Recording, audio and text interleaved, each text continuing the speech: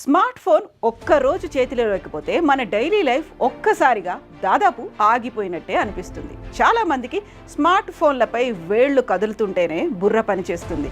జనం అంతగా అడిక్ట్ అయిపోయి ఉన్నారు. ఇక అందులో ఉన్న సోషల్ యాప్స్ను ఉపయోగించని రోజును ఊహించుకోలేం. ఫేస్బుక్, యూట్యూబ్, ఇన్స్టాలో రీల్స్ చూస్తూ వాటిని షేర్ చేస్తూ చాలామంది ఆనందాన్ని పొందుతుంటారు. రీల్స్ చూడడం, షేర్ చేయడం వరకు పర్వాలేదు, కానీ అంతకు మించి ఆ పని చేస్తేనే డేంజర్. ప్రస్తుత రోజుల్లో చాలామంది సోషల్ మీడియాకు బాగా అడిక్ట్ అవుతున్నారు.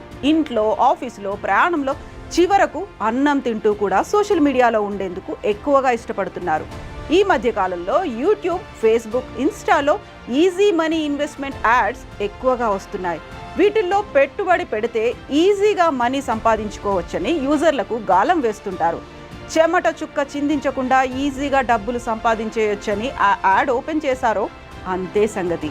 మధ్యప్రదేశ్కు చెందిన నరేష్ అనే వ్యక్తి ఇన్స్టాను ఎంజాయ్ చేస్తూ ఇండోర్ సిటీకి చెందిన ఎసెన్స్ ఇన్వెస్ట్మెంట్ అనే కంపెనీకి చెందిన యాడ్ చూశాడు.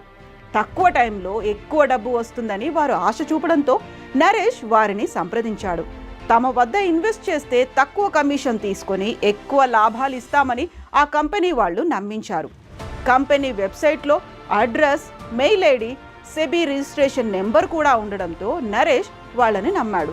దీంతో ఆ కంపెనీలో ఇన్వెస్ట్మెంట్ చేశాడు. పెద్దగా కష్టపడకుండానే డబ్బు వస్తుందని విడతల వారీగా మొత్తం 10 లక్షలు ఇన్వెస్ట్ చేశాడు నరేష్. అయితే అందులో కొంత లాభం రావడంతో డబ్బులు విత్డ్రా చేయాలని అనుకున్నాడు. కానీ వాళ్ళు ఇంకా ఇన్వెస్ట్ చేస్తేనే ఇంకా లాభం వస్తుందని చెప్పడంతో ఆశతో మరో 8 లక్షలు తెచ్చి పెట్టుబడి పెట్టాడు. వాళ్ళు చెప్పినట్టే 18 లక్షల పెట్టుబడి 28 లక్షలైంది. ఇక లాభాలు రావడంతో ఆ డబ్బులు తీసుకుందామని నరేష్ అనుకున్నాడు. డబ్బు విత్డ్రా చేయాలనుకున్న రెండోసారి కూడా ఆ కంపెనీ వాళ్ళు నరేష్ ఆశలపై నీళ్లు చల్లారు.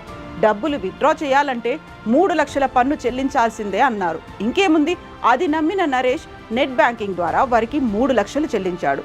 ఇక ఆ తర్వాత అసలు కథ మొదలైంది. నరేష్ నుంచి వీలైనంత మేరకు డబ్బులు పిండుకున్నాక ఆ కంపెనీ వాళ్ళు ఫోన్ స్విచ్ ఆఫ్ చేశారు. ఆ తర్వాత వాట్సాప్లో సంప్రదించిన రెస్పాన్స్ లేదు.